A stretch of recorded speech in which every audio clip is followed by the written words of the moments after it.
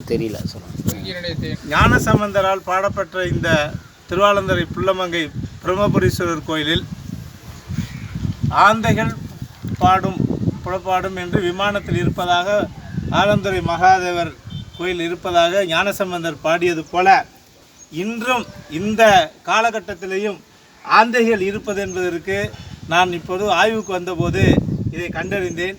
விமானத்தினுடைய பகுதியில் மேல் விமானத்தின் மேலே இருக்குது. சுவாமி குமாரசாமி அவர்களும் இங்கே அருகிலே இருக்கிறார்கள். அப்படி வந்து காமிங்க.